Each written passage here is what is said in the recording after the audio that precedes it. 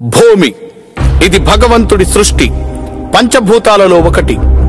ఆ పరమాత్ముడి ప్రకృతి సృష్టి పరంపరలో భాగంగా పృథ్వీ వ్యాపస్తేజో వాయురాకాశాత్ అన్న ఆర్యోక్తిని అనుసరించి ఆ పంచభూతాల పరస్పర సమన్వయ పరిణామ ప్రక్రియలో భాగంగా ఈ విశ్వాంతరమంతయు కూడా 3 వంతుల నీరు, 1 వంతు మాత్రమే భూమి ఏర్పడింది.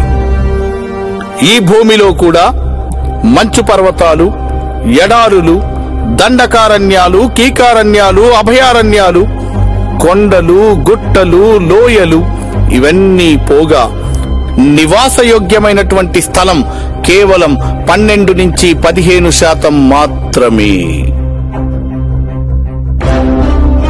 ఈ స్థలంలో కూడా పారిశ్రామిక కేంద్రాలు, పర్యాటక కేంద్రాలు, ఆధ్యాత్మిక కేంద్రాలు ఇవన్నీ పోగా సామాన్యమైనటువంటి జనజీవన స్రవంతికి నివాసయోగ్యమైన స్థలం కేవలం 10 నుంచి 12% మాత్రమే.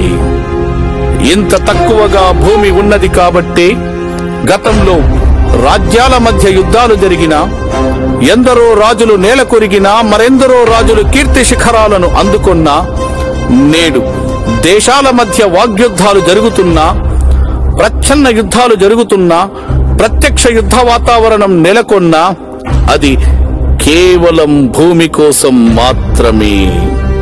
కారణం, భూమి యొక్క వైశాల్యం తరగదు, భూమి యొక్క పరిమాణం పెరగదు.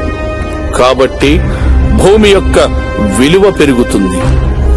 ఈ వాస్తవాన్ని గమనించి, ఈ ధర్మ సూక్ష్మాన్ని గ్రహించి గతంలో ఎందరో పెద్ద మనుషులు తాము పొదుపు చేసిన మొత్తాలను భూమి మీద మదుపులుగా మార్చుకొని, భూమి మీద తమ పెట్టుబడులను పెంచుకొని, తాము అత్యంత శ్రీమంతులుగా పరిగణింపబడి తమ భావితరాలను ఆగర్భ శ్రీమంతులుగా తీర్చిదిద్దారు. భూస్వాములు, జమీందారులు, పట్టాదారులు పేరు ఏదైనా తమ ఉనికి మాత్రం భూమి చుట్టే పరిభ్రమిస్తోంది.